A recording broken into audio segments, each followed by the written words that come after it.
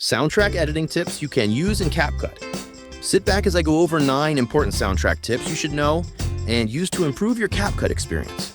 After you have chosen a soundtrack that complements the tone of your video, you're ready to open up CapCut. If you're new to CapCut, it's a free download and I will leave a link down in the description box. Click on the import button and navigate to the soundtrack file you have selected for your video project. Be sure to use royalty-free music from platforms like Epidemic Sound or Artlist. Or if you are making a YouTube video, you can use the YouTube audio library. With the playhead at 0, click on the soundtrack's plus button and add it to your timeline. Next, use the zoom out slider to expand your soundtrack. The first tip is to add beat markers to your soundtrack. Beat markers allow you to match the music and video timing precisely. Now you can align the beats and transitions in your music with the visual cuts or key moments in your video. With the soundtrack selected, click on the AI beat marker icon. Then select 2 beats, and then AI goes to work.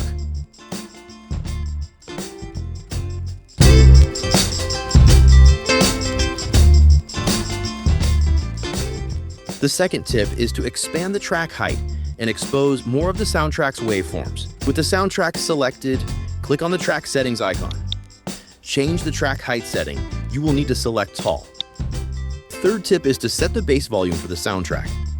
It is important to make sure the soundtrack enhances the video rather than overpowering your dialogue or sound effects. With the soundtrack selected, you can use the volume slider in the video panel to adjust the volume. I like to start around -14 dB. The fourth tip is to clean up the beginning of your soundtrack. If your soundtrack has a dead space at the beginning, you should trim it back to the first beat. This will make extending the track easier.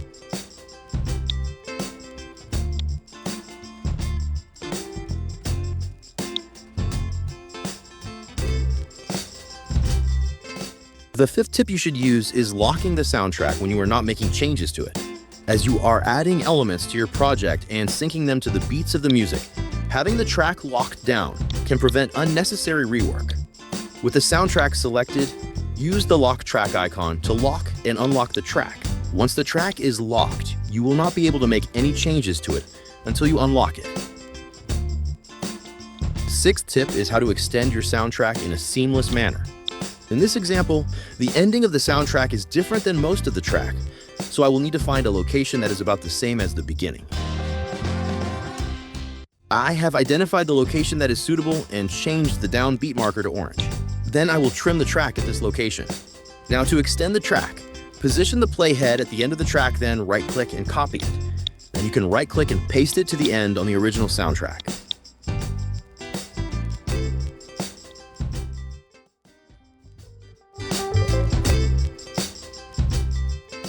You can repeat this until you get the desired length for your video.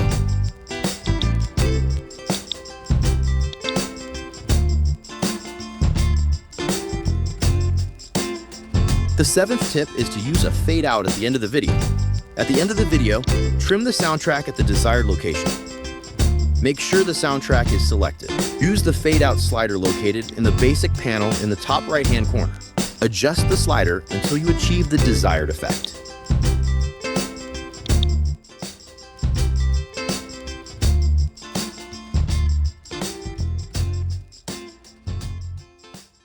Another way to create a fade out or a fade in is to use the volume icon on the soundtrack. Grab it with your mouse and slide it to achieve the desired effect. You will notice that you can make the same adjustments in the basic volume panel.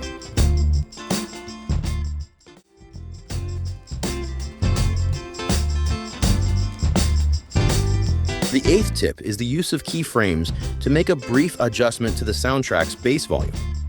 Select the soundtrack and position the playhead in the location you need to start the volume transition. Click on the volume keyframe icon. Your first keyframe will be placed on the soundtrack. Use the left arrow key on your keyboard to move back 4 frames. Now, click on the volume keyframe icon to add the second keyframe. Move the playhead to the position you need the volume transition to end and add the third keyframe. Use the right arrow key to move forward 4 frames and add the last keyframe. With your mouse, grab the track volume line right between the first and third keyframes and move it up to increase the volume.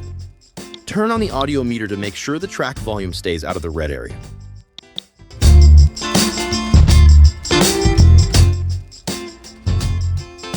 The 9th tip is to split the soundtrack into separate instrument tracks.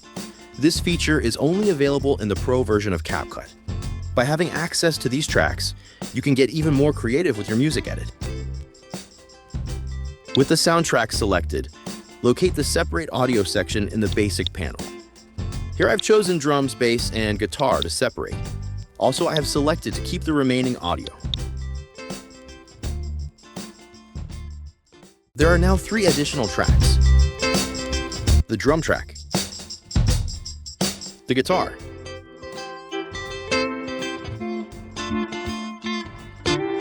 and the bass guitar.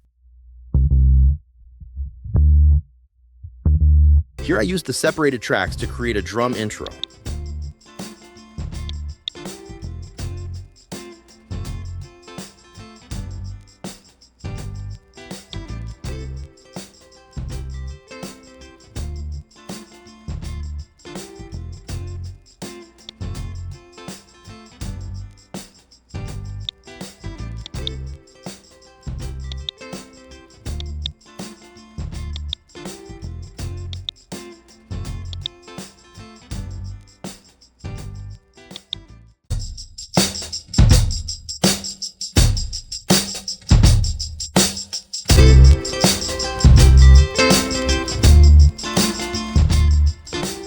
And there you have it. Which of these tips was the most helpful? Let me know in the comments below. If you found this video useful, give it a thumbs up, share it with a fellow YouTuber, and don't forget to subscribe for more tips on growing your channel. See you in the next video.